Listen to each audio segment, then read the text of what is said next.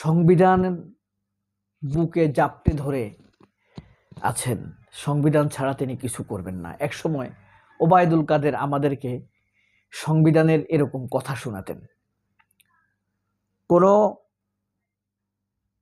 ঈশ্বরদ্রোহী, ধর্মদ্রোহী, কোরআন অবমাননা করলেও এমন হুঙ্কার দিত না শেখ হাসিনা বা ওবায়দুল কাদেরেরা।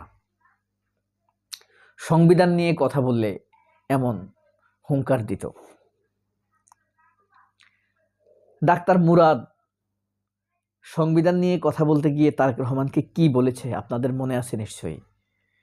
এরা হইল এক একটা সংবিধান পাগল।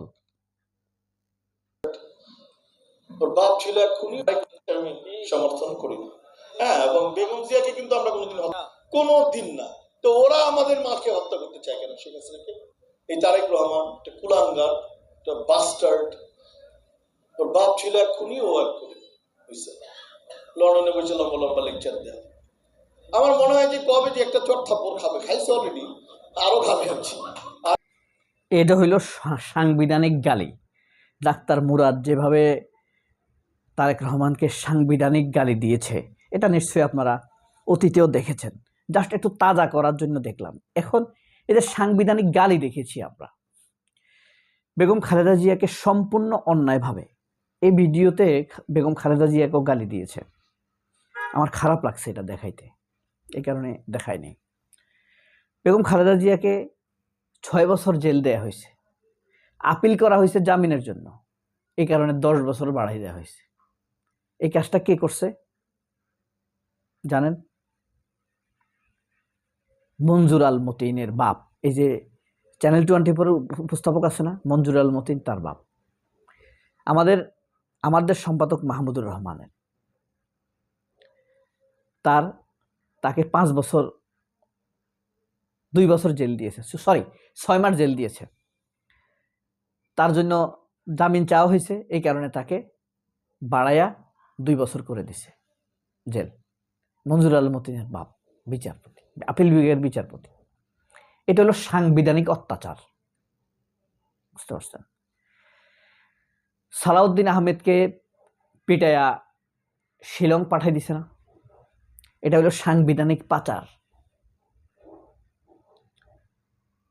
বাংলাদেশের একজন বর্ষিয়ান নেতা ইলিয়াস আলী, সিলেটের অত্যন্ত জনপ্রিয় এবং দেশপ্রেমিকও বটে, তাকে হত্যা করা হয়েছে। এটা কি সাংবিধানিক হত্যা? সালাউদ্দিন যে সংবিধান করে, সংবিধান বলতে বলতে তার যে মুখে ফেনা ওঠে, ওবায়দুল কাদেরও এরকম বলতো। আমরা 14 সালের সাংবিধানিক নির্যাতন দেখেছি, নির্বাচন দেখেছি। 18 সালের সাংবিধানিক আমিডামি নির্বাচন দেখেছি, রাতের ইলেকশন দেখেছি। 24 সালের সাংবিধানিক আমিডামি নির্বাচন দেখেছি। আর 8 সালে ভারতের সাংবিধানিক ইলেকশনে ইঞ্জিনিয়ারিং দেখেছি। মইনু আহমেদের সাংবিধানিক অত্যাচার দেখেছি। তারেক রহমানের সাংবিধানিক টর্চার দেখেছি আমরা।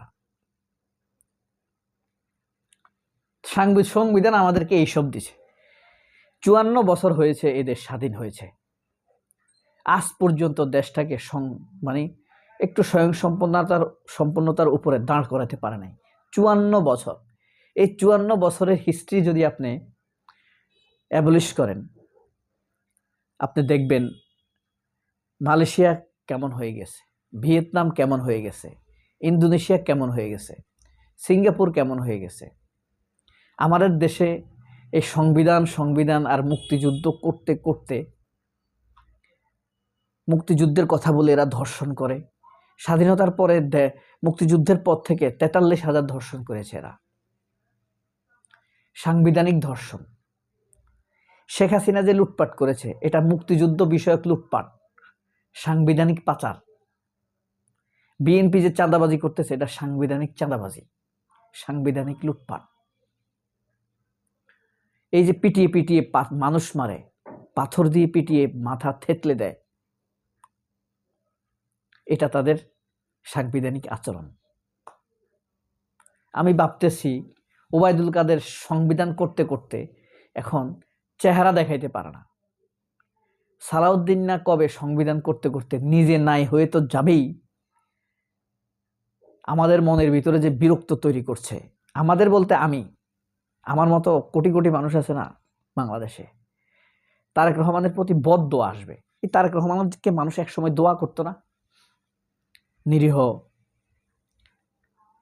হ্যাঁ, এই তারেক রহমানের প্রতি কিন্তু এখন মানুষ বদদোয়া দিলে মানে পুড়ে যাবে, সে বদদোয়ার আগুনে ছাই হয়ে যাবে। এই কারণে মানুষকে স্বস্তি দিতে হবে। আপনি ক্ষমতায় থাকেন, কোনো সমস্যা নাই, মানুষ হত্যা করবেন কেন? আপনি চাঁদাবাজি করবেন কেন? আপনার চাঁদাবাজির কারণে জিনিসপত্রের দাম বেড়ে যাচ্ছে। পরিবহন চাঁদাবাজি, দেশে এমন কোনো সেকশন নাই যেখানে চাঁদাবাজি হচ্ছে না, তাই না? এই চাঁদাবাজি করবে আওয়ামী লীগ। মানুষ তো আশা করে আপনারা আসার পর এই চাঁদাবাজি থেমে যাবে। তো এই যে ডাক্তার মুরাদ, একটা গালি না শুনছেন আমি, তারেক রহমানকে কে কি ভাষায় গালি দিত আমরা দেখছি না? প্রথম আলোর সম্পাদক মতিউর রহমান তারেক রহমানকে নিয়ে কি ভাষায় কথা বলতো। ওই যে আরেকটা আসছে না শয়তান খালেদ মহিউদ্দিন, তারেক রহমানকে নিয়ে কি ধরনের ভাষায় কথা বলতো। ৭১ টিভিতে নাজনীন মুন্নি, ফারজানা রূপা, মোজাম্মেল বাবু, তারপরে আপনার শ্যামল, ডুটু, এরা কি ধরনের ভাষায় তারেক রহমানকে, বেগম খালেদা জিয়াকে আক্রমণ করত। একটা টক শোতে আমি দেখছি দিলারা জামানকে এনেছে মানবাধিকার এবং সংবিধান নিয়ে, এইসব নিয়ে কথা বলার জন্য, রাষ্ট্রবিজ্ঞানী, প্রখ্যাত রাষ্ট্রবিজ্ঞানী দিলারা জামান, তাকে সেখানে এনে মুক্তিযুদ্ধের কথা তুলে এমনভাবে অপমান করেছে, শেষ পর্যন্ত তিনি টক শো ছেড়ে যেতে বাধ্য হয়েছেন। এই সিনিমিনি করতে করতে তোমাদের স্বাধীনতা যদি সত্যিকারই সঠিক হতো, মানুষ যদি অধিকারই পেত, তাহলে এই যে এতগুলো মানুষ জীবন দিল, ২-৩ হাজার মানুষ, সোজা কথা একবার ভাবেন তো, আপনার সামনে ২-৩ হাজার মানুষ দাঁড়ায় আছে, কত মানুষ মেরে ফেলছে, ২-৩ হাজার লাশের কথা একবার ভাবেন তো, ১.৫ লক্ষ মানুষকে আহত করেছে। গৌরবের বিষয় সেখানে আমি একজন। এত ভয় পাইছি, পরে ভয় পাইছি, বুঝছে? ভয় ওইটা না, মৃত্যুর জন্য না, সত্যিকারে ভয় পাইছি হাসপাতাল থেকে পুলিশ যদি নিয়ে যায়, নিচে দিয়ে নাইমা গ্রাউন্ড ফ্লোরে, লিফটে গ্রাউন্ড ফ্লোরে নামছি, নামি যেদিক দিয়ে পরিবহন বাইরে হয় না ওই দিক দিয়ে বাইরে চলে আসছি। তো বদ্ধ আসবে না, তারেক রহমান যদি, শহীদরা না হয় সৌভাগ্যবান, তারা চলে গেছেন, কিন্তু আমরা তো দেখছি আমাদের তো কষ্ট লাগে। হয় আল্লাহ আমাদের জুলাইকে পরিপূর্ণতা দান করুক, আর নয় এদেরকে ধ্বংস করে দেব, আল্লাহ ধ্বংস করে দেব, নতুন শক্তির হাতে দেব। সবাই অনেক ভালো থাকবেন, আল্লাহ হাফেজ, আসসালামু আলাইকুম।